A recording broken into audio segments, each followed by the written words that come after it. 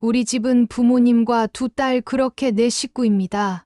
아버지는 공무원이셨습니다. 항상 단정한 옷차림에 말은 많지 않으셔도 눈빛 하나로 모든 걸 전하시는 분이셨습니다.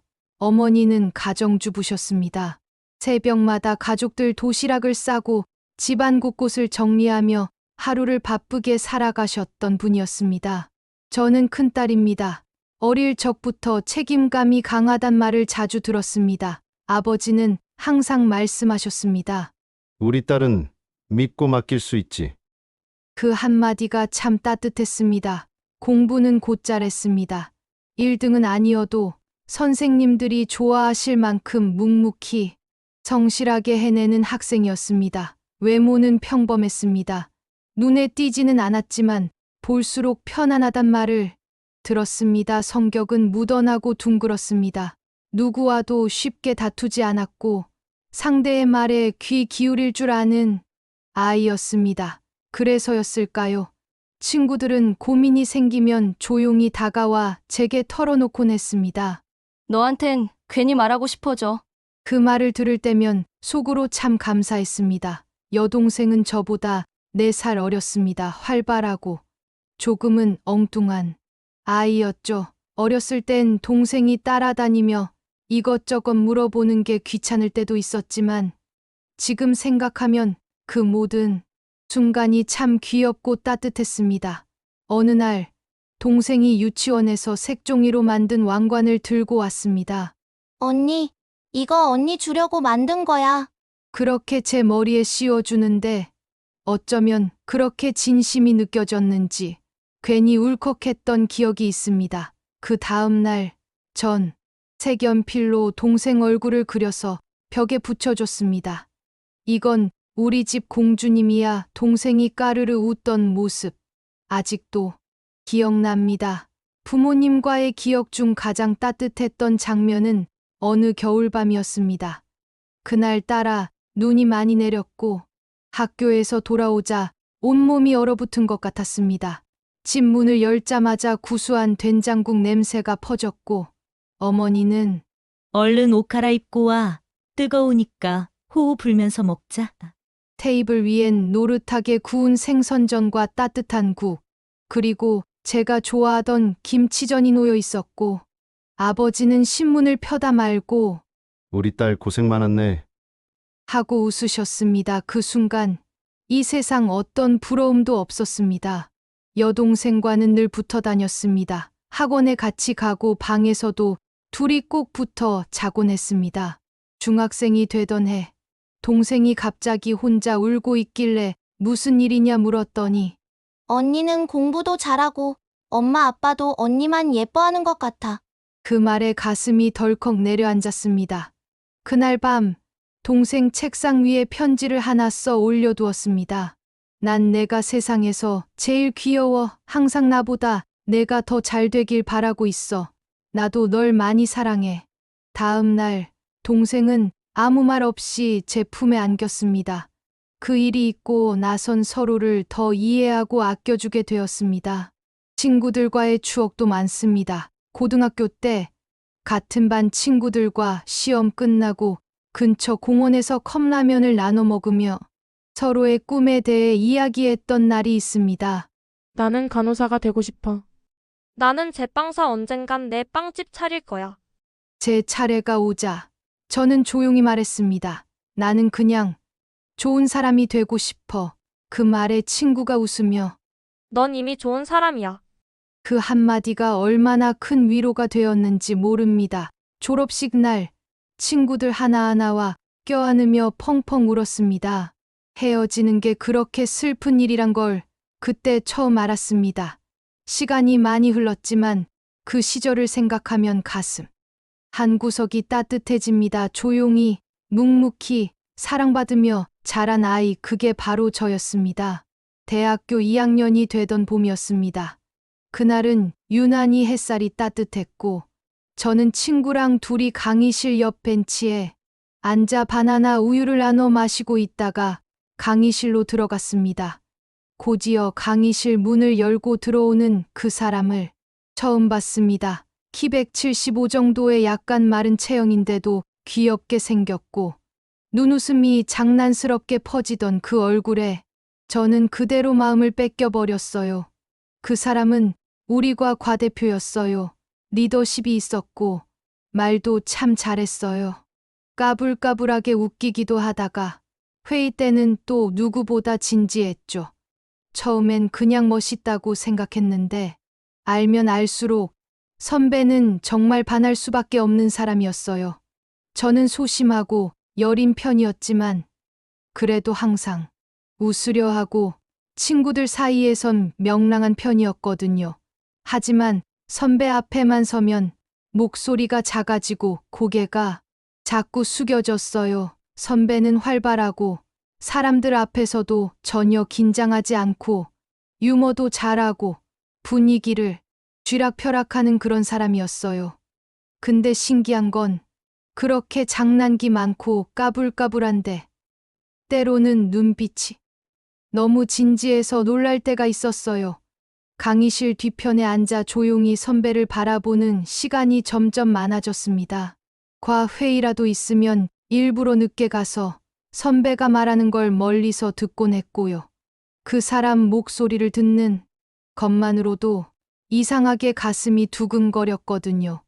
그러다 어느 날 과 행사 준비로 조를 나누게 되었고 운명처럼 같은 조가 되었어요. 그날 선배가 제 옆에 와서 앉더니 말했어요. 이름이 뭐였지? 나 기억 잘 못해서 적어놔야겠어. 그러면서 제 이름을 손등에 볼펜으로 꾹꾹 써 넣더라고요. 장난처럼 웃으며 썼지만 제 이름 석자를 바라보는 그의 눈빛은 또 진지했어요. 그날 밤 저는 그 장면만 몇 번을 떠올렸는지 몰라요. 행사 준비가 이어지는 며칠 동안 선배랑 같이 있는 시간이 많아졌어요. 저는 아직도 서툴고 뭘 해도 느리고 말 한마디도 겨우 꺼내는 성격인데 선배는 그런 저를 놀리지 않았어요. 오히려 장난스럽게 말을 걸며 분위기를 풀어주고 제가 말끝을 흐리면 응? 더 얘기해봐. 하며 기다려줬어요. 그게 너무 따뜻했어요. 그 사람한테는 제가 너무 평범하고 어쩌면 눈에도 안 들어올지 몰라도 저는 하루하루가 설렘이었습니다. 그 사람은 혼자 밥 먹는 후배를 보면 꼭 같이 먹자고 불렀고 밤늦게까지 과방에 남아있는 사람에게는 먼저 일찍 들어가라고 챙겨주곤 했어요. 선배니까 당연한 일일 수도 있지만 그 사람의 작은 배려가 저는 정말 크게 느껴졌습니다. 가끔은요. 제 이름을 부르며 웃어주기도 했어요. 영아야. 하고 이름을 부르면 제 심장이 정말 어찌할 줄을 몰랐어요. 그러고는 너 되게 재밌는 애야. 조용한데 이상하게 웃기다니까. 그 말에 괜히 뺨이 화끈거렸고 저는 웃으며 고개만 숙였어요. 그날부터였던 것 같아요. 그 사람에게 가까이 다가가고 싶다는 생각이 조금씩 마음속에 생기기 시작한 게 물론 그 사람을 좋아한다는 걸 들킬까봐 늘 조심했어요. 괜히 티 내지 않으려고 더 무표정하게 굴고 일부러 말도 아끼고 하지만 마음은 거짓말을 못하더라고요. 작은 말 한마디에 하루 종일 기분이 좋았다가 그 사람이 다른 여자 후배와 웃으며 얘기하면 괜히 혼자 기운이 빠졌고 그렇게 저는 그 사람을 몰래 아주 깊이 좋아하게 되었습니다. 지금 생각하면 너무 소극적이었고 조금만 용기를 냈더라면 그 사람도 제 마음을 알아줬을까 싶어요. 하지만 그 시절에 저는 그 사람을 바라보는 것만으로도 행복했어요. 아무 말도 하지 못해도 같은 공간에 있다는 이유만으로 가슴이 뛰었으니까요. 그 사람은 여전히 까불까불하게 웃고 진지한 눈빛으로 사람들을 설득하고 어느 날은 제게 넌 웃는 게 예쁘다고 말해주기도 했어요. 그 짧은 한마디에 저는 그날 밤도 잠을 설쳤답니다. 그 사람과 같은 조가 된 날부터 제 일상은 달라졌습니다. 하루의 시작이 그의 목소리였고 하루의 끝은 그의 얼굴을 떠올리는 일이었어요. 그 사람은 늘 바빴어요. 회의가 있든 행사가 있든 누군가 부탁을 하든 언제나 웃으며 내가 할게요. 하면서 발 뻗고 나서는 사람이었죠. 그런 모습을 보면서 아, 저런 사람은 주변에 사람이 끊이지 않겠구나. 나는 저 사람 곁에 설 수 있을까? 혼자서 수없이 자문했던 것 같아요. 그러면서도 저도 뭔가 도움을 주고 싶었어요. 조 발표 자료를 혼자서 정리해오는 그를 도와 밤새 PPT를 만들기도 했고 행사 당일엔 그가 놓친 소품들을 챙기기도 했어요. 그 사람은 그런 저에게 꼭 말했어요. 영아야, 너 진짜 든든하다. 그 짧은 말에 저는 너무 기뻐서 다음 날도 더 열심히 움직였죠. 그리고 어느 날이었어요. 행사 준비가 다 끝난 늦은 밤, 과방 청소를 둘이서 정리하고 있는데 그 사람이 갑자기 물었어요. 너 조용한 아이인 줄 알았는데 할 일은 다 해? 저는 당황해서 아무 말도 못했어요. 그런 저를 보며 선배는 또 웃더라고요. 나는 말 많은 사람보다 너 같은 사람이 더 편하더라. 그 말 한마디에 저는 심장이 터질 뻔했어요. 아무것도 아닌 말인데 그 한 문장으로 하루 종일 울고 싶을 만큼 기뻤던 날이었습니다. 그 후로 가끔 그 사람은 먼저 말을 걸어줬어요. 밥 먹었어. 너 어제 졸려 보이던데 과제 다 했냐? 오늘 발표 잘했더라. 너 말할 때 다들 집중하던데? 그 사람이 그렇게 말해줄 때마다 저는 조심스럽게 아주 조금씩 웃음을 보여주었어요. 예전처럼 말도 더듬지 않았고요. 그렇게 우리는 조금씩 가까워졌어요. 같은 강의실, 같은 과, 같은 모임 아주 자연스럽게 옆자리에 앉게 되고 같이 점심도 먹고 시험 끝나고 함께 커피도 마시고 어쩌면 그는 친구처럼 대해줬는지도 모르지만 저에게 그 시간은 정말 한 장면 한 장면이 다 간직하고 싶은 영화 같았어요. 어느 날은 밤늦게까지 같이 리포트를 하다가 그가 말했어요. 나 요즘 너 없으면 안 될 것 같아. 그 말이 무슨 의미였는지 그는 장난처럼 말했지만 저는 그날 밤 한숨도 못 잤어요. 그 사람이 장난을 자주 쳤기에 그 말이 진심인지 헷갈릴 때도 많았지만 가끔은 제 눈을 아주 깊이 들여다보며 웃을 때가 있었어요. 그럴 때면 저도 모르게 손끝이 떨리고 말을 잇지 못해 고개를 숙이곤 했죠. 한 번은 그 사람이 저를 혼자 기다리고 있었어요. 그날은 발표 끝나고 제가 교수님께 질문하느라 늦었는데 밖에 나가보니 그가 나무 아래서 서 있었어요. 너 안 나와서 기다렸지. 그렇게 말하고는 제 가방을 번쩍 들어주더라고요. 그 짧은 걷는 길, 그 사람의 옆에서 발걸음을 맞추며 걷던 그 시간 저는 매 순간이 꿈 같았어요. 하지만 그 사람이 정말 나를 어떤 마음으로 대하는 건지, 나는 그냥 후배인지 아니면 조금 특별한 존재인지 저는 물어보지 못했어요. 혹시라도 그가 넌 그냥 편한 후배야 라고 말하면 그 다음부터는 이 모든 게 무너질 것 같았거든요. 그래서 저는 그저 매 순간 그와 함께하는 오늘을 소중히 했습니다. 그가 웃을 때 함께 웃고, 그가 힘들어할 땐 뒤에서 응원하고, 그가 누구를 좋아하게 될까봐 조마조마하면서도 표현하지 못한 제 마음을 꾹꾹 눌러가며 지냈습니다. 그때는 몰랐어요. 그런 시간들이 언젠가는 제 청춘의 가장 빛나는 장면이 되어 가끔 꿈처럼 떠오를 줄은요. 처음엔 믿고 싶지 않았어요. 선배가 다른 과 그 언니를 좋아한다는 소문. 그 언니는 유명했거든요. 경영학과 퀸카, 키도 크고 눈도 크고 말도 잘하고 옷도 참 잘 입고 선배가 어디서 그런 사람을 알게 되었을까 싶을 정도였죠. 하지만 정말이었어요. 과대 회의에서 만나게 되었다더군요. 선배는 유쾌하고 눈치도 빠른 사람이었으니까 그 언니처럼 눈에 띄는 사람도 금방 친해졌겠죠. 선배는 예쁜 여자를 좋아했어요. 자신감 있는 여자, 웃는 게 화사한 여자, 눈빛이 반짝이는 여자. 반대로 저는 그 어떤 것도 해당되지 않았죠. 소심했고, 옷도 잘못 입고, 웃는 것도 조심스러웠고, 무언가 할 때마다 혼잣말로 연습을 해봐야 했던 그런 아이. 그러니까 당연했죠. 그런 제가 선배의 마음을 끌 수 있을 리가 없다는 걸. 그럼에도 불구하고 막상 선배가 그 언니와 잘 어울려 다니고 함께 사진도 찍히고 함께 커피 마시며 웃고 있는 걸 보면 마음이 아팠어요. 정말 너무 아팠어요. 둘은 정말 잘 어울렸습니다. 예쁜 여자, 멋있는 남자 캠퍼스에서 함께 걷는 모습은 영화의 한 장면 같았죠. 그 언니는 당당했고 선배는 그녀 곁에서 항상 웃고 있었습니다. 커플 사진도 많이 찍고 학교 축제 때는 같은 부스를 운영하며 웃고 떠들고 SNS에는 서로를 태그한 글과 사진이 끊이지 않았습니다. 그 시절의 선배는 누구보다 행복해 보였고 저는 그 모든 장면을 옆에서 지켜보며 묵묵히 선배의 이야기를 들어주었습니다. 하지만 사랑이 항상 영화처럼 흘러가지는 않더군요. 어느 날부터 선배는 조금씩 힘들어 보이기 시작했습니다. 야, 너는 왜 이렇게 잘 들어줘? 나 요즘 걔랑 좀 이상한 것 같아. 왜요? 싸우셨어요?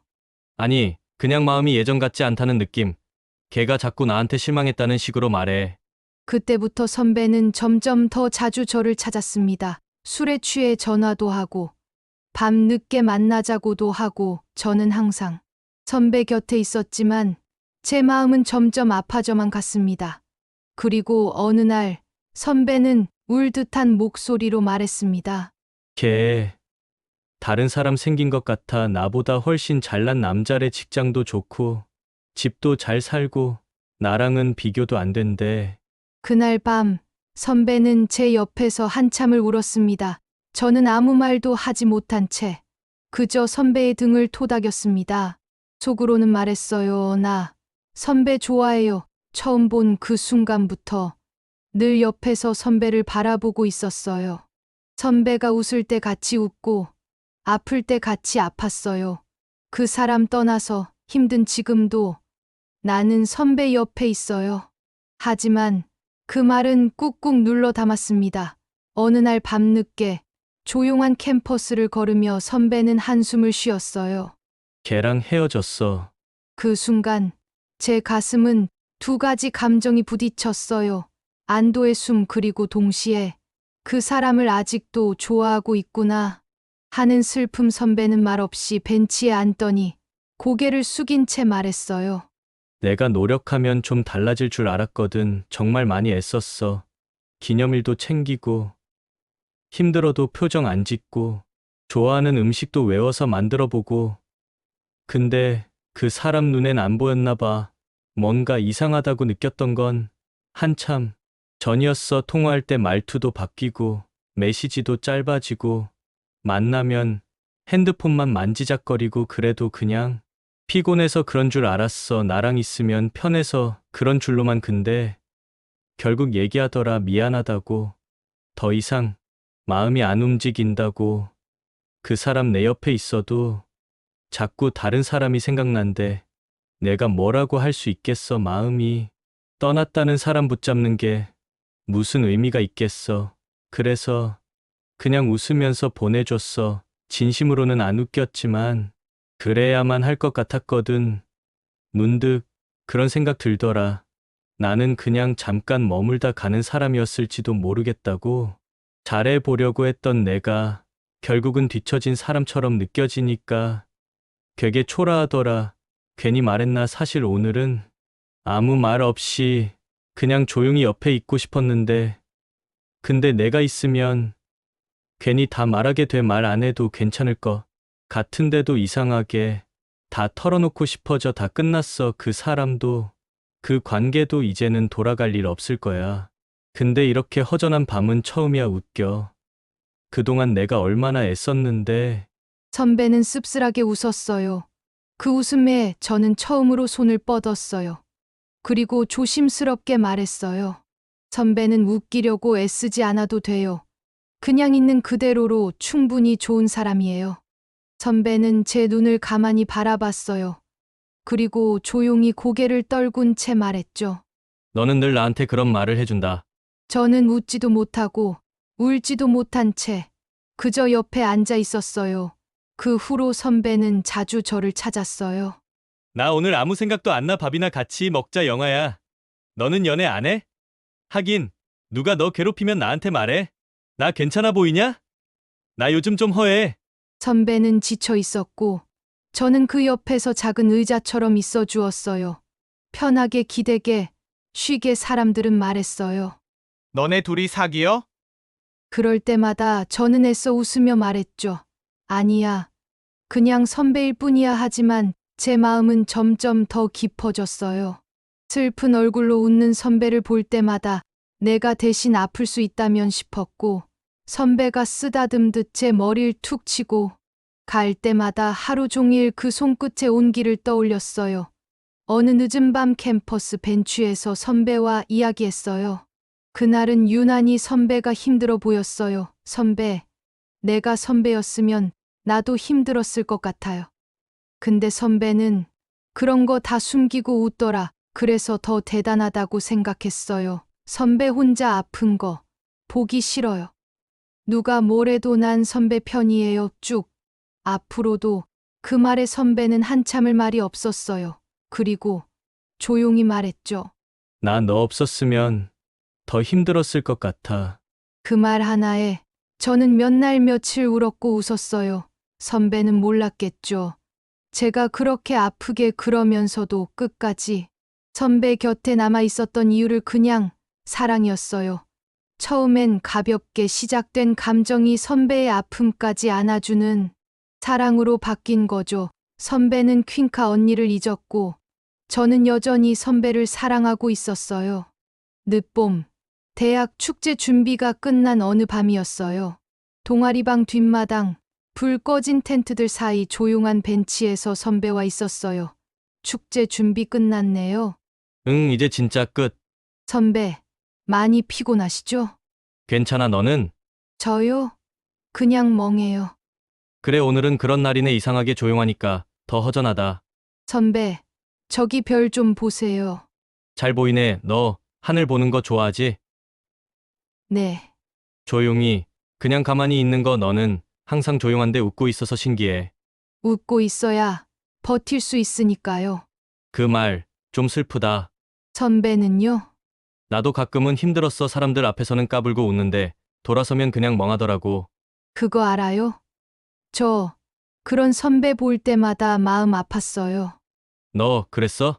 네, 저는 선배 혼자 웃고 있는 거 보기 싫었어요. 아무도 몰라도 저는 알고 싶었고요. 어떻게 해야 위로가 될지 몰라서 그냥 옆에 있었는데 너무 부족했죠. 아니야, 너 있어서 괜찮았어. 진짜야. 근데 진짜 괜찮으셨어요? 괜찮진 않았지. 근데 너랑 얘기하면 좀 나아졌어. 너처럼 그런 말 해주는 사람 처음이야. 나 힘들었냐고 물어보는 사람도 없었어. 저는 계속 옆에 있고 싶어요. 그냥 선배 옆에. 너 나 좋아하지? 네, 언제부터? 처음 봤을 때부터요. 과 대표 인사하는데 말도 안 되게 멋있어 보였어요. 그땐 나 진짜 어색했는데. 그래도 좋았어요. 지금도 좋고요. 저 고백하는 거 맞아요. 이렇게 조용한 밤에. 나 알고 있었어. 내 마음. 왜 아무 말 안 하셨어요? 확신 없었거든. 내가 먼저 다가가면 너 멀어질까 봐. 그게 싫었어. 근데 오늘 너 고백 안 했으면 내가 먼저 했을 거야. 정말요? 응, 너 아니면 안 될 것 같더라고. 이상하게 너랑 있는 이 시간이 좋아. 그럼 우리 사귀는 거다. 이미 사귀고 있잖아요. 그런가? 말 안 해도 알잖아요. 우리가 지금 어떤 사이인지. 그래도 한 번쯤은 말해줘야 되는 거 아니야? 그래요? 그럼 말해볼게요. 좋아해요. 선배 좋아요. 오래전부터요. 나도 우리 어디 가서 언제부터 사귀었냐고 물으면 뭐라 할까? 오늘 이 순간이요. 맞네, 우리가 말했으니까 지금부터다. 내일도 볼 수 있어? 당연하지요. 선배 놓치기 싫어요. 나도 많이. 어느 날 선배가 말했어요. 나 곧 군대 가. 언제요? 다음 달 딱 한 달 남았어. 이렇게 갑자기요? 왜 지금 말하세요? 좀 말할까 하다가 괜히 말해봤자 더 불안할까봐. 그래서 그냥 지금쯤이면 괜찮겠다 싶어서. 가서 연락돼요? 가끔 훈련 끝나면 하루 이틀 편지 쓰고 기다리고 그래야지 뭐. 무섭진 않으세요? 솔직히. 조금 근데 뭐. 다 가는 거니까. 그리고 너한텐 약한 모습 보이기 싫었어. 저 기다려도 돼요? 그걸 왜 너한테 시켜? 시키는 게 아니라 제가 그냥 그러고 싶어서요. 너는 참 가끔 나보다 어른 같다니까. 그런 말 싫어요. 왜? 그 말은 멀어진다는 예고 같아서요. 가 있는 동안 너 생각 많이 할 거야. 내가 만든 컵라면, 웃을 때 입꼬리 올라가는 거 그리고 내 손 따뜻했던 거. 그럼 저도 기억할래요. 안경 벗고 졸 때 표정, 팔짱 낄 때 습관, 커피 마실 때 설탕 2개 넣는 거. 혹시나 내가 연락 못해도 너무 걱정하지 마. 다치면 내가 먼저 연락할게. 다치는 게 당연하다는 말 하지 마세요. 알겠어. 그럼 명령이다. 내가 건강하게 제대할 때까지. 너는 더 예뻐지기.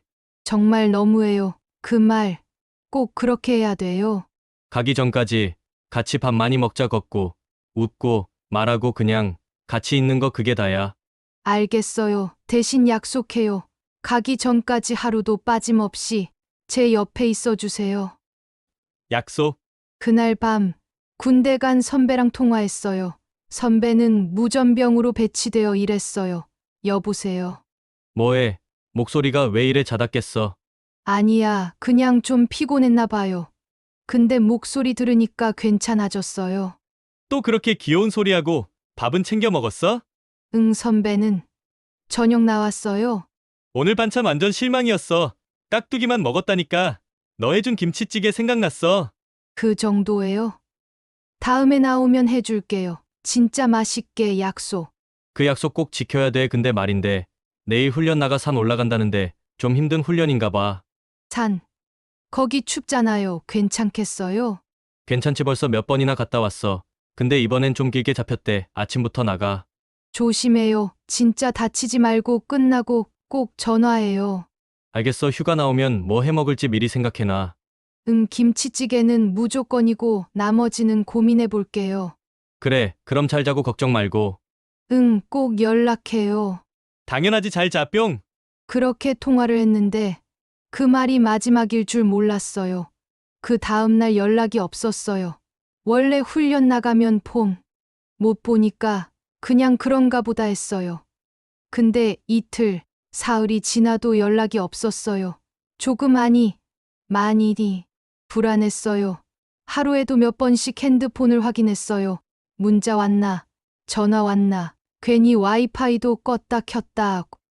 진동 울리면 심장이 먼저 뛰었어요. 근데 보면 스팸 문자 휴 바보같이 왜 이러지 웃었는데 웃는 게 아니었어요. 혹시 다친 건 아닐까 아프면 어쩌지 생각이 꼬리에 꼬리를 물고 나도 모르게 핸드폰만 만지작거렸어요. 혼자 말도 했어요. 지금쯤 자고 있을까 아니면 아직 훈련 중일지도 친구가 말을 걸었는데 잘 안 들렸어요. 점심시간에도 밥맛이 없었고 수업 시간엔 칠판 글씨가 안 들어왔어요. 그 사람 생각만 계속 났어요. 왜 연락이 안 오지? 진짜 훈련이 길어진 걸까? 아님 폰을 잃어버린 걸까? 혼자 별별 상상을 다 했어요. 대부분 안 좋은 쪽으로요. 그래도 괜찮을 거라고, 괜찮아야 한다고 계속 스스로를 달랬어요. 그 사람 강하잖아. 잘 버틸 거야. 그날 밤도 잠이 안 왔어요. 핸드폰을 꼭 쥔 채로 누웠어요. 계속 불이 켜졌다 꺼졌다 하길래 혹시나 하고 봤는데 다 배달 앱이었어요. 그거 보고 울컥했어요. 그냥 갑자기 눈물이 났어요. 잘 지내요? 무사해요? 진짜 괜찮은 거죠? 그렇게 몇 번이나 속으로만 말했어요. 정말로 무사하기만 했으면 좋겠다고 그렇게 걱정하다가 선배 어머니에게 전화를 했어요. 어머니 선배가 훈련 간다고 했는데 며칠 동안 연락이 안 되어 혹시나 해서 전화드렸어요. 했더니 잠시 조용한 침묵이 흘렀고 들려온 어머니 목소리는 어딘가 망설이는 기색이 묻어 있었어요. 그래. 아가야 전화 줄 알았어. 사실은 우리 애가 지금 병원에 있어. 네. 병원이요? 훈련 중에 폭발 사고가 있었대. 다행히 파편은 안 맞았어. 부스 안에 있었거든. 근데 그 안에서 충격이 컸던 모양이야. 넘어지면서 무릎이랑 어깨, 팔에 찰과상은 좀 있고. 겉으론 멀쩡해 보여. 그런데 정신이 좀 혼란스러워졌어. 정신이요? 응, 갑자기 헛소리를 하고 사람도 못 알아보기도 하고 말은 하는데 앞뒤가 안 맞고 표정 멍하고 군에서도 처음엔 우리한테 알리지 않으려고 한 것 같아. 근데 가족이니까 결국 연락이 왔지. 저 병원에 갈게요. 뵈러 갈 수 있을까요? 지금은 그게 안 돼. 아가야 군 규정상 한 달 동안은 가족 외면회가 안 된대. 충격이 워낙 컸고 아직 상태가 안정되지 않아서 자극 주면 더 혼란스러울 수 있다고 하더라고. 어머님은 다녀오셨어요? 응, 어렵게 허락받고 하루 들어갔다 나왔어. 근데 애가 나를 보더니 처음엔 멍하게 쳐다보더라고. 누구세요? 그 말 듣고 눈앞이 깜깜해졌지. 그러다 한참 후에 내 손을 잡고 엄마 하더라. 그 순간 알았어. 이 아이가 나를 완전히 잊은 건 아니구나. 선배가 얼마나 무서웠을까요? 그러게 표정도 어리둥절하고 때로는 훈련 얘기하다가 갑자기 어린 시절 얘기를 꺼내고 시간이 이리저리 흐트러져 있는 것 같아. 의사 선생님 말로는 뇌가 충격을 받아서 일시적인 현상일 수 있대. 천천히 회복될 수 있을 거라고. 저도 기다릴게요.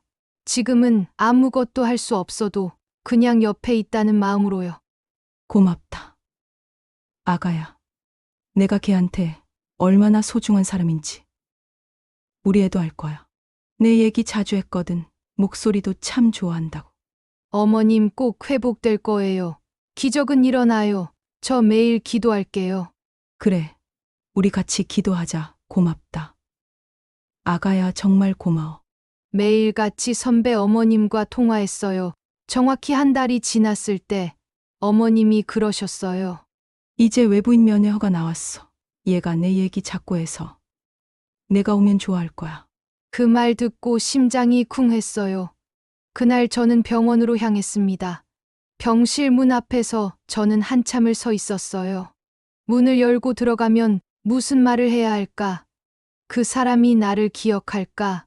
예전처럼 웃어줄까? 온갖 생각이 머리를 때리는데 몸은 떨리고 손은 차갑고 그래도 문을 열었어요. 침대에 앉아 있던 그 사람 여전히 귀엽고 장난기 가득한 얼굴인데 어딘가 많이 수척해졌더라고요. 그런데도 저를 보자마자 어? 너 왔어? 그 말 한마디에 그 자리에서 눈물이 나버렸어요. 왜 울어? 너 원래 울보였냐? 익숙한 농담투. 그 목소리 듣는데 한 달 동안 참고 참았던 게 다 터져버렸어요. 하나도 안 아파 보여서 너무 다행이에요. 제가 그렇게 말하니까 안 아픈 척하는 거야. 내 앞이라서. 하고는 웃더라고요. 그 웃음 정말 보고 싶었어요. 그 장난기 섞인 미소 정말 보고 싶었거든요. 근데 나 진짜 너 보고 싶었어. 정말요? 계속 너 생각만 했어. 그 사람 그렇게 말했어요. 농담 아닌 진짜 목소리로. 왜 그렇게 연락도 없이 잠수 타셨어요? 제가 웃으며 말하니까 그게 내 특기인 거 몰랐냐? 너한테만은 안 그럴 줄 알았는데. 하면서 또 까불더라고요. 제가 조심스럽게 물었어요. 기억 다 괜찮으세요? 그 사람은 고개를 끄덕이며 너 걱정했어. 내가 까먹은 줄 알고. 그 말에 제가 그랬으면 혼났을 거려. 진짜 했더니 그 사람 그래도 너면 또 사랑해주지 않을까 했지. 이렇게 말하는데 저는 또 눈물이 찔끔 났어요. 병원 밥은 어때요? 그냥 먹는 거지 뭐. 근데 너 생각하면서 먹었어. 너는 잘 먹고 다녀. 그 한마디에도 왜 그렇게 울컥하던지 저는요. 진짜 하루도 빠짐없이 선배 생각만 했어요. 그 말에 그 사람 갑자기 조용해졌어요. 그리고는 내가 이렇게 멀쩡하게 앉아서 너 앞에 있는 게 기적 같아. 그 사람 그렇게 말했어요. 마지막으로 제가 말했어요. 선배, 이제 제발 아프지 말고 까불지 말고 멋있는 척하지 말고 그냥 건강하게 웃어주세요. 네. 그러자 선배가 안 가불면 나 아니잖아. 근데 너 앞에선 앞으로 좀 진지해지려고. 하면서 또 웃었어요. 그날 병실에서 그 사람은 제 손을 꼭 잡았어요. 고마워. 나 진짜 내 생각 덕분에 버틴 것 같아. 그 말에 저는 앞으로는 같이 버텨요. 혼자 걱정하게 하지 말고요. 그렇게 말했어요. 그리고 우리는 다시 웃었어요. 선배는 병원에서 퇴원하고 군대에 다시 복귀했어요. 저는 선배 부모님과 함께 선배 면회를 가게 되었어요. 한 달 보름 만에 마주하는 얼굴, 말로는 다 설명할 수 없는 감정이었어요. 그날을 또렷하게 기억합니다. 햇살은 쨍했고 공기는 차갑고 맑았어요. 선배 어머님 차를 타고 부대 정문 앞에 도착했을 때 조금 멀리서 군복 입은 분이 걸어오셨어요. 계급장을 보니 사단장이었죠. 솔직히 조금 놀랐습니다. 굳이 이렇게까지 나올 필요는 없었을 텐데, 하지만 다들 이유를 알고 있었어요. 그 사고는 단순한 사고가 아니었고 누구에게나 책임이 닿을 수 있는 일이었으니까요. 사고 때문이구나. 사고 당시 언론에 노출될 뻔했고 부대 안팎에서 말이 많았던 걸로 알고 있었어요. 그 이후로 다들 조심스럽게 움직인다는 것도요. 사단장은 정중하게 인사를 건넸고 직접 뵙고 싶었습니다. 그동안 많이 놀라셨을 텐데 지금은 잘 적응하고 있습니다. 그렇게 말했어요. 어머님은 조용히 고개를 끄덕였고 아버님도 짧게 인사를 하셨어요. 저는 한 발 뒤에서 조용히 지켜보고 있었고요. 면회실로 이동하는 길에 조용히 이런 말이 오갔어요. 사단장님이 면회 나오는 경우 거의 없어요. 그래도 사고가 사고였으니까. 괜히 외부의 말이라도 새어나가면 곤란하겠죠. 차마 입 밖으로 내진 않았지만 그 자리에 있는 모두가 알고 있었어요. 사단장의 친절이 부담이란 걸. 선배가 부대에 복귀한 것도 조용히 마무리 짓고 싶은 분위기 때문이라는 거요. 면회실로 안내를 받아 들어가니 먼저 앉아있던 모습이 보였습니다. 늘 깔끔했던 사람이라 복귀한 모습도 단정했지만 왠지 어깨가 조금 작아진 것 같았어요. 눈이 마주쳤을 때 반가운 듯 웃어주었어요. 왔어요? 짧은 인사였지만 그 안에 수십 가지 감정이 담겨 있는 듯 했습니다. 어머님은 가볍게 웃으며 응. 잘 지냈어? 그렇게 말을 건네셨고 괜찮죠. 병장이니까 눈치 보며 살지 뭐. 장난처럼 말했지만 그 말이 더 마음에 남았어요. 기억은 어떠냐는 질문에도 선배는 일부 기억은 여전히 흐릿하다고 했지만 점점 또렷해진다고 했어요. 가끔 헷갈리긴 해도 일상생활에 큰 불편은 없다고요. 그러면서 전이 본 후임 하나가 자꾸 저한테 물어봐요. 옛날에 제가 진짜 그렇게 까불었냐고. 그 말에 어머님이 웃으시며 그거야 원래 너였지. 그렇게 대답하셨어요. 사단장이 다시 면회실로 들어왔습니다. 그는 어깨를 툭툭 두드리며 말했어요. 이번 일 잘 이겨내줘서 고맙네. 주위에서도 걱정 많았는데 지금 모습 보면 다들 놀랄 거야. 그 말에 그는 고개를 살짝 숙이며 도움 많이 받았습니다. 조용히 대답했어요. 사단장은 가족 쪽을 보며 말을 이어갔습니다.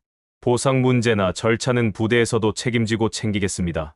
무엇보다 지금은 복귀해서 다시 잘 적응하고 있는 게 제일 중요한 부분입니다. 그 말을 듣고 어머님은 말없이 고개만 끄덕이셨어요. 이미 여러 번 반복해서 들은 이야기였거든요. 대답은 안 하셨지만 속마음은 누구보다 잘 알고 있었어요. 이미 처음 입대한 사람도 아니고 곧 제대를 앞둔 병장이었으니 실질적인 보상은 없다는 거, 형식적인 위로라는 것도 알고 계셨을 거예요. 하지만 그 자리에서는 굳이 말하지 않으셨습니다. 지금은 그냥 살아있고 다시 웃고 있다는 사실이 가장 중요한 시기였으니까요. 그는 군대 얘기를 많이 했습니다. 같이 복귀한 병사들 이야기, 후임들이 몰래 방 청소해줬던 이야기, 밤에 혼자 울던 선임 이야기까지. 그걸 듣고 있자니 정말 그 안에서 혼자 버티느라 얼마나 애썼을지 말하지 않아도 알겠더라고요. 면회 시간은 생각보다 빨리 지나갔습니다. 오늘 간식 나오는 날인데 그가 중얼거리자 어머님이 가볍게 웃으시며 그래. 우린 간식보다 너 얼굴이 간식이다. 그 말에 다들 같이 웃었어요. 돌아오는 차 안에서도 말은 많지 않았지만 분위기는 한결 가벼웠습니다.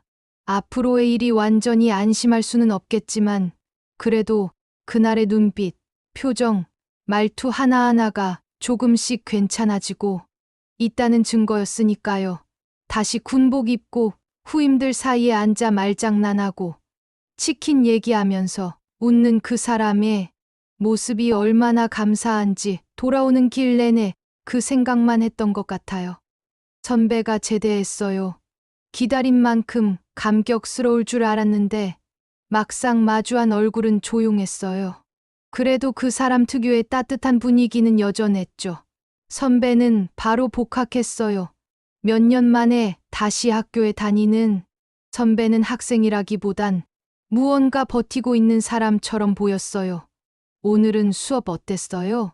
응, 집중은 잘 안 됐어. 근데 괜찮아. 그런 대답을 자주 들었어요. 괜찮다는 말이 오히려 더 안심이 안 됐죠. 그때부터 우리는 자주 통화했어요. 출근길에, 점심시간에, 퇴근하면서 서로의 하루를 나누고 서로의 감정을 확인해요. 나는 직장에서 바쁘게 일하고 있어요. 선배는 과제도 하고 힘들 땐 잠깐 쉬기도 하고 가끔은 이런 대화를 하죠. 오늘은 어땠어요? 응, 머리는 좀 아팠는데 그래도 오늘은 수업 끝까지 들었어.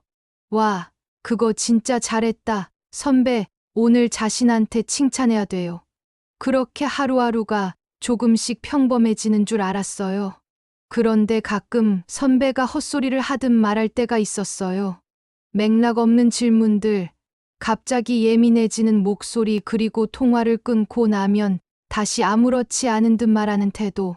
오늘 너 낮에 뭐라고 했었지? 나 오늘 문자밖에 안 했는데. 그래? 그럼 내가 착각했나? 그때마다 아직 완전히 회복된 건 아니구나 싶었어요. 그래도 나아지고 있다고 믿었어요. 믿고 싶었어요. 그러다 우연히 선배 어머니를 뵙게 됐어요. 밥 한 번 먹자는 말씀이 있었고 시간 맞춰 찾아뵈었죠.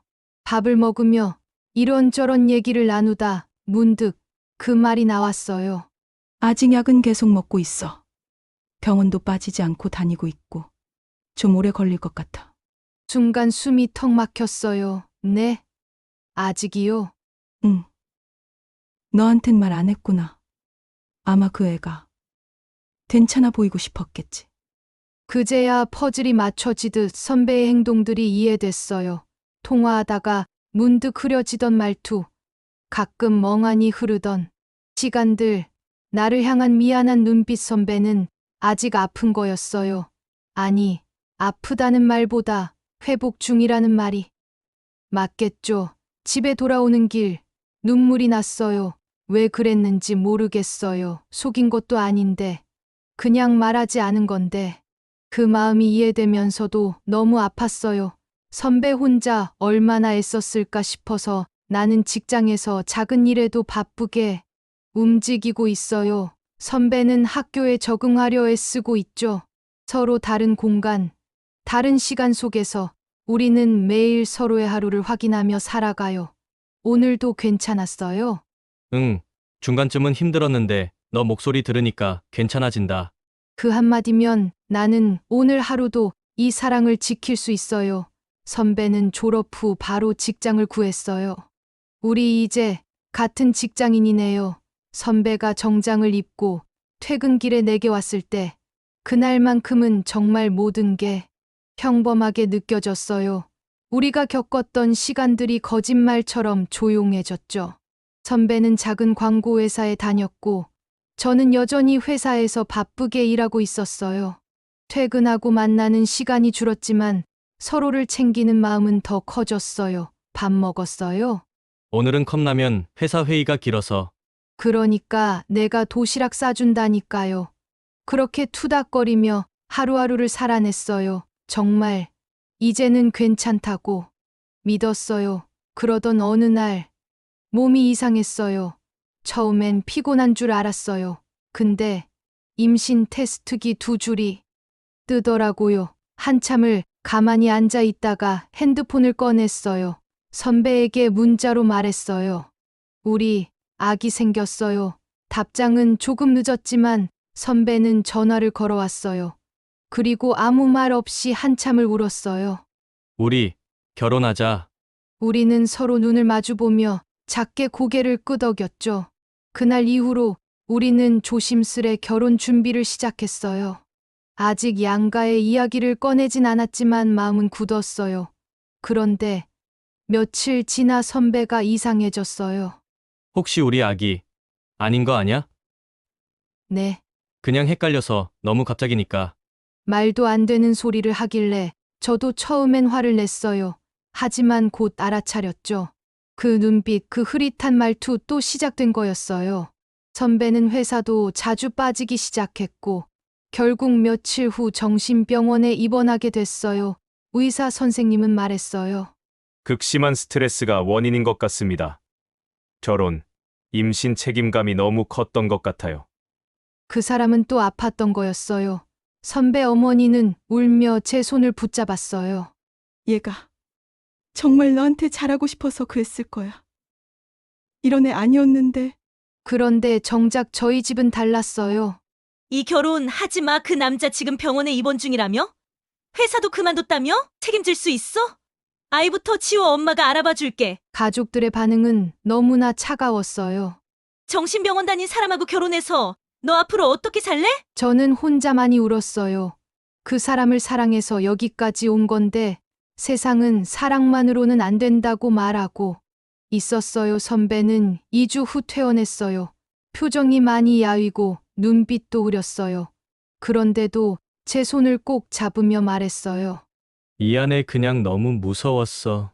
너무 행복해서 무너질까봐 겁났어. 그 말을 듣고 울음이 터졌어요. 우리 그냥 결혼하자. 세상 다 필요 없어. 우리 둘만 있으면 되잖아. 주민센터에 혼인신고서를 냈어요. 예식도 없이 사진도 없이 그저 두 사람의 이름 아래 도장을 찍었을 뿐이에요. 아기는 아직 배 안에서 조용히 숨 쉬고 있었고 그 사람은 다시 약을 챙겨 먹기 시작했어요. 우리는 결혼을 했어요. 뱃속에서 아기는 자라고 있었고 저는 출퇴근길 지하철에서 앉는 것조차 버겁더라고요. 사무실에서도 조금만 서 있어도 허리가 당기고 자꾸 헛구역질이 나왔어요. 그래서 결국 6개월쯤 되었을 때 회사를 그만두기로 했어요. 괜찮아. 내 건강이랑 아기가 먼저지. 선배는 말로는 그렇게 했지만 조금씩 초조해지는 눈빛이 느껴졌어요. 저는 매일 마트 전단지를 비교하고 쿠폰 앱을 뒤지며 살림을 줄이려 했었어요. 선배는 회사에 적응하기 힘들어 했어요. 늘 조용했고 직장 동료들과도 잘 어울리지 못했죠. 가끔 점심도 혼자 먹는다길래 마음이 아팠어요. 그리고 결국 두 번째 직장도 3개월 못 넘기고 그만뒀어요. 사람들 말이 너무 많아. 나 그냥 그 분위기가 무서워. 퇴사 이유를 말하며 선배는 손을 떨고 있었어요. 저는 그저 고개만 끄덕일 수밖에 없었어요. 생활비는 점점 줄어들고 아기 용품은 계속 늘어나고 신혼이라는 말이 무색할 정도였어요. 밤마다 수첩에 가계부를 적으면서 잠드는 날들이 이어졌죠. 그리고 출산 작고 따뜻한 아기가 우리 품에 안겼을 때 세상이 멈춘 것 같았어요. 우리 딸 너무 작다. 선배는 눈물을 글썽이며 작은 손을 꼭 잡았어요. 그런데 행복은 잠시였어요. 출산 후 몇 달 동안 몸이 회복되지도 않았는데 또 2줄이 떴어요. 둘째 혼자 테스트기를 들고 화장실에서 한참을 앉아 있었어요. 이게 기쁨인지 두려움인지 정말 모르겠더라고요. 둘째야? 응, 잘 됐네. 누나나 엄마는 동생이 있으면 좋다 그랬어. 그렇게 말은 했지만 선배 눈빛은 무거웠어요. 그 후로 선배는 회사를 다시 다녔지만 역시 오래 버티지 못했어요. 늘 눈치를 보고 무언가에 쫓기는 듯한 얼굴, 결국 또 퇴사. 이젠 정말 어떻게 해야 할지 모르겠어. 그날 밤 선배는 창문 앞에 앉아 한숨만 쉬었어요. 저는 말없이 선배 뒤에서 등을 쓰다듬었어요. 며칠 뒤 선배가 말했어요. 나 그냥 오토바이 배달 알바 해보려고. 요즘 그게 돈이 좀 된대. 솔직히 겁이 났어요. 위험할 수도 있고, 시간도 불규칙하고, 비 오는 날엔 더 고되니까요. 괜찮겠어요? 몸 쓰는 게 오히려 나아. 사람 눈치 안 봐도 되고. 그 말에 저는 아무 말 못했어요. 그렇게 선배는 오토바이 헬멧을 쓰고 배달을 시작했어요. 낮에도, 밤에도, 전화벨이 울리면 그냥 나가요. 비 오는 날에도 헬멧에 물방울이 맺히고 옷은 축축해져 있었지만, 할만해. 그렇게 말하던 선배의 뒷모습은 어쩐지 점점 작아 보였어요. 선배는 결국 오토바이 배달일을 시작했어요. 그날은 비가 왔어요. 갑자기 쏟아지는 소나기에 배달을 나간 선배는 오토바이 핸들을 놓쳤고 도로 옆 가드레일에 그대로 부딪혔어요. 다행히 생명엔 지장이 없었지만 갈비뼈 2개가 부러지고 온몸에 멍이 들었죠. 응급실에서 전화를 받았을 때 저는 아기를 안고 주저앉고 말았어요. 그날 밤 선배의 침대 옆에 앉아 말했어요. 이제 이 일 그만해요. 제발 나 진짜 무서워요. 선배는 웃으며 괜찮아. 나는 멀쩡해. 라고 말했지만 그 눈엔 두려움이 고여 있었어요. 며칠을 고민했어요. 그리고 제가 먼저 말을 꺼냈죠. 여보, 공무원 시험 봐요. 지방직 그거 당신이라면 될 거예요. 선배는 원래 공부를 잘했어요. 머리도 좋고 필요한 자격증도 많았고 고등학교 때는 반에서 항상 1, 2등이었죠. 지방직이라도 괜찮아? 그게 오히려 더 좋아요.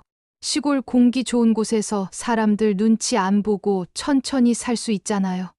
그리고 정말 선배는 합격했어요. 발령지는 자기 고향 근처의 작은 시 중학생 때까지 살았던 곳이었고 그 근처 바닷가 등대에서 2-3명이 교대로 일하는 지방직 공무원이었어요. 그 일이 선배에겐 딱 맞았어요. 조용한 곳, 사람이 많지 않은 곳, 그리고 밤이면 별이 보이고 파도 소리가 들리는 곳.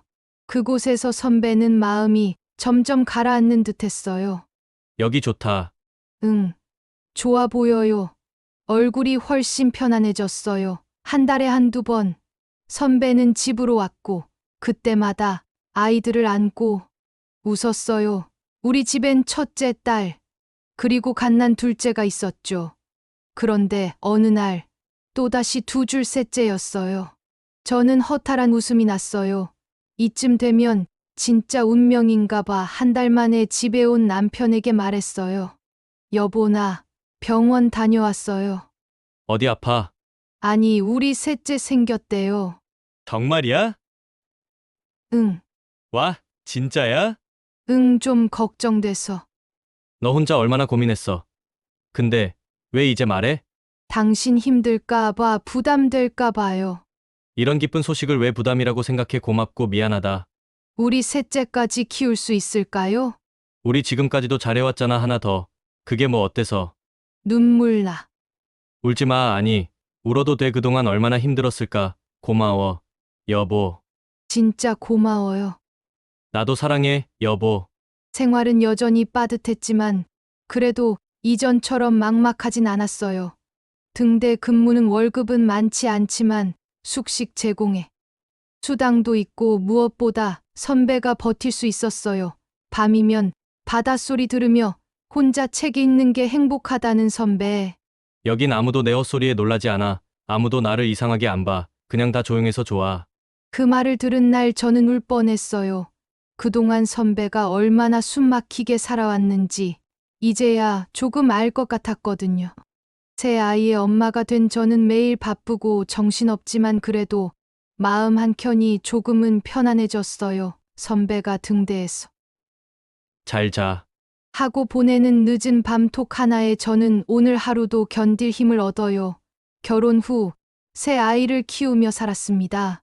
하루하루가 전쟁 같았고 특히 셋째가 태어나고 나서는 나는 내가 나인지도 모를 정도로 그저 엄마, 아내, 밥하는 사람, 빨래하는 기계 같았죠. 하지만 막내가 드디어 유치원에 들어갔습니다. 아침에 새아이를 등원시키고 돌아오는 길, 텅 빈 집을 마주했을 때 왠지 모르게 눈물이 났습니다. 혼자인 이 시간이 주어졌다는 것이 나에게도 무언가 다시 시작할 수 있는 기회라는 생각이 들었어요. 그렇게 선택한 일이 보험 설계사였습니다. 막내가 유치원에 들어가고 한 달 후 작은 핸드백 하나를 들고 집을 나서며 저는 제게 말했습니다. 이제 나도 나를 다시 시작해야지. 사실 처음 보험 일을 시작할 때 저는 제 자신에게 아무 기대도 하지 않았습니다. 새 아이 키우고 남편은 먼 지역 공무원으로 떨어져 지내고 친구도 없고 가진 것도 없던 제가 무슨 보험이냐는 말 제 스스로도 했었죠. 그런데요. 첫 계약서를 내 손으로 썼던 그날 저는 제 안에 숨겨진 능력을 처음으로 본 것 같았습니다. 처음 계약은 우연이었어요. 아파트 단지를 돌며 전단지를 돌리다가 한 아주머니가 저를 불렀죠. 보험 하신다고요? 저도 요즘 생각하고 있었는데 한번 올라오세요. 엘리베이터를 타고 그 아주머니 집 문 앞에 섰을 때 제 다리는 떨리고 있었어요. 하지만 입은 이상하게도 조리 있게 말을 이어갔어요. 지금 가지고 계신 보장 내용 중 실손 항목이 빠져 있어서요. 갱신 시점 고려하면 지금이 오히려 적기입니다. 그 말을 하며 저도 속으로 놀랐어요. 나 방금 그럴듯하게 말했어. 나 지금 설득하고 있잖아.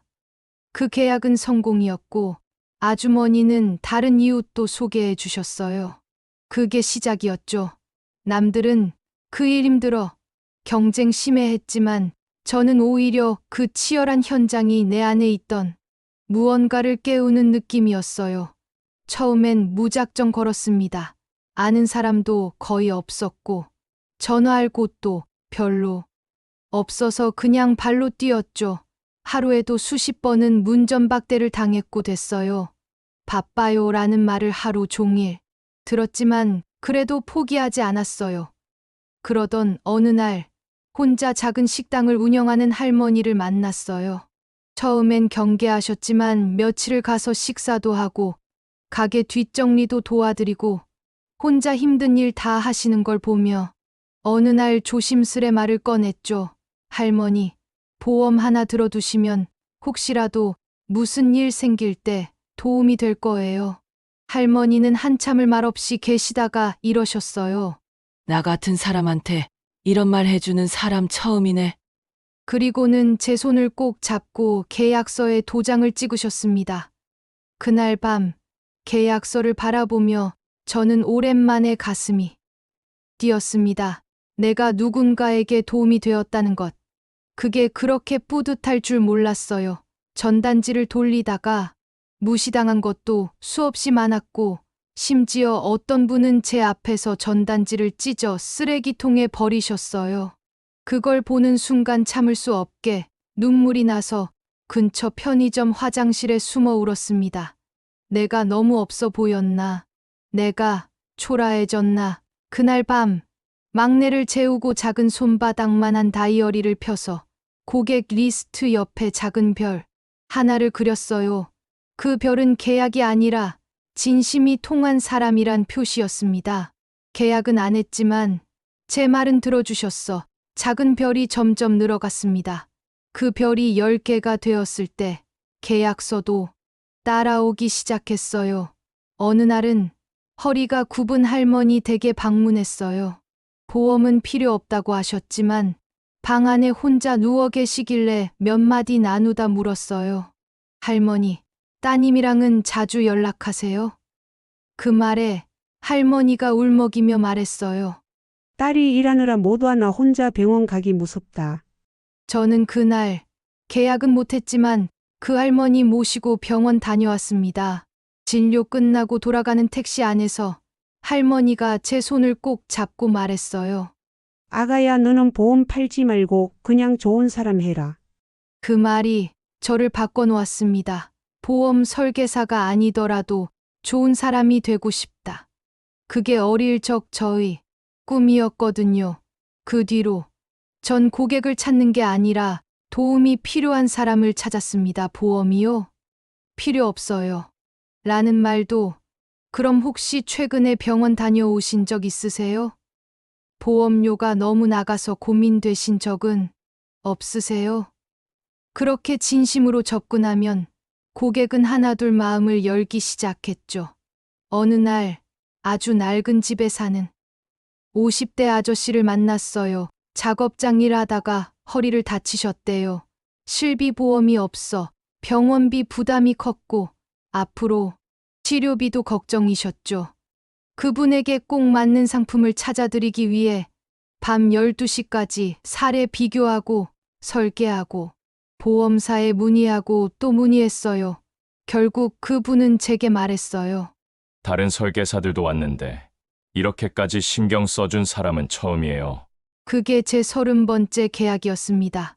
계약서가 늘어날수록 주위 사람들의 시선도 달라졌어요. 너 보험 일 안 어울릴 줄 알았는데 잘하더라. 아니, 너한테 설명 들으니까 나도 들게 되더라.